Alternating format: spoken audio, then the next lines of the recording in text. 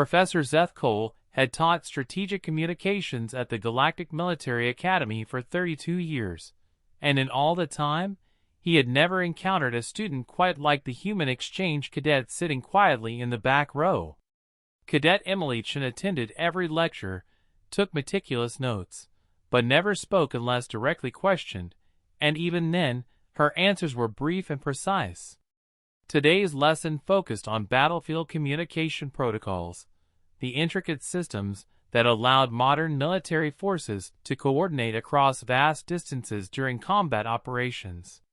The professor was in the middle of explaining frequency management when the emergency alerts began screaming throughout the academy. "All personnel, this is command," came the urgent announcement. "The Hegemony Assault Fleet has breached the outer defense perimeter. Academy lockdown is now in effect.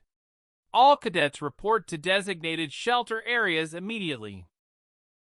The lecture hall erupted in controlled panic as cadets from 17 different species began moving toward emergency exits.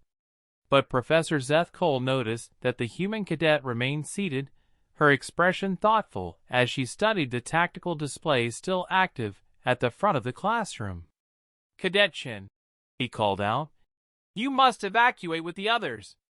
Emily looked up from her notes, her brown eyes focused on something beyond the immediate crisis.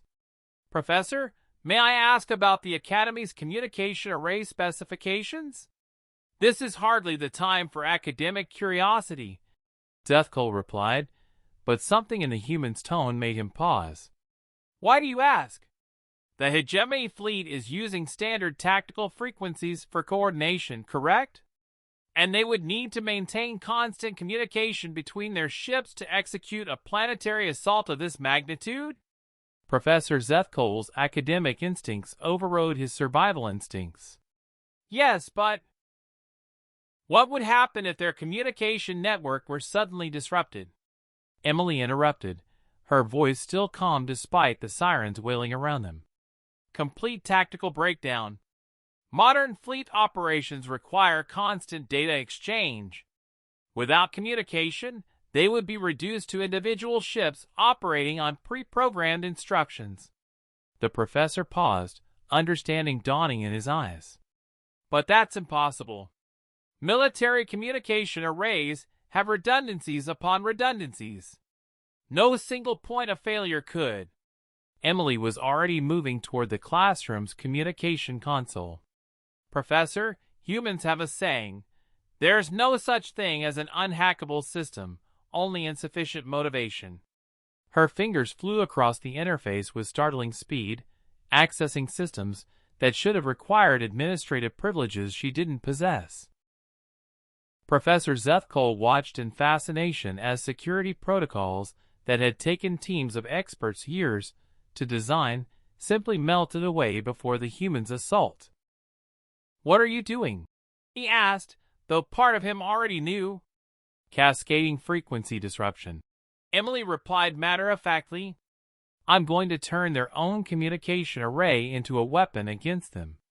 Within minutes, she had gained access to the Academy's primary communication system and begun implementing something that shouldn't have been theoretically possible. Using the Academy's own transmitters as amplifiers, she began broadcasting a signal that would propagate through the Hegemony's communication network like a virus.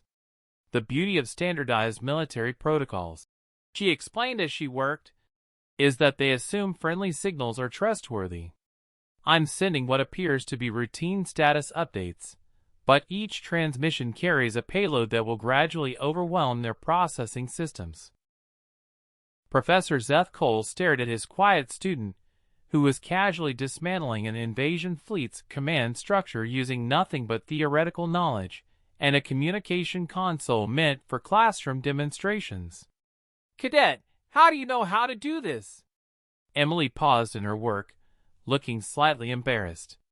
"Earth's education system includes practical applications for all theoretical knowledge. When we study communication protocols, we also study how to exploit them. When we learn about security systems, we learn how to circumvent them. It's just comprehensive education." the tactical display showed the first signs of success. Hegemon's ships began falling out of formation as their coordination systems failed. Command vessels tried desperately to re-establish contact with their scattered forces, only to find their own communication attempts being turned against them.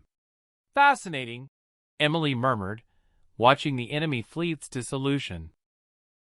"Their redundancy systems are actually making it worse. Each backup communication attempt spreads the disruption further through their network."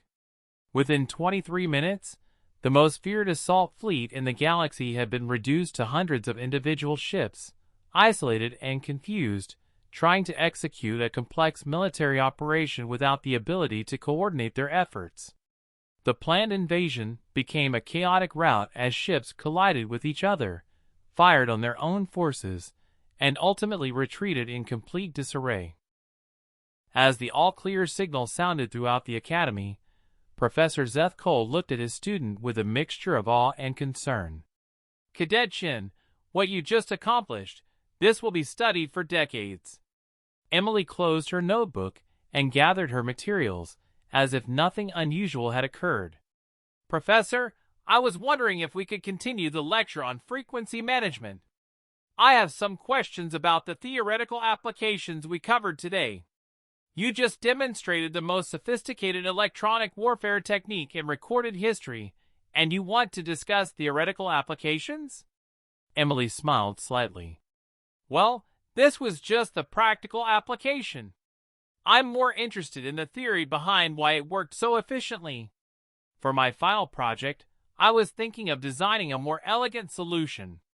As Emily walked out of the classroom, Professor Zethkol made a mental note to completely revise the Academy's curriculum. If this was what human students could accomplish when they were being quiet, he didn't want to imagine what they might do when they actually tried to stand out.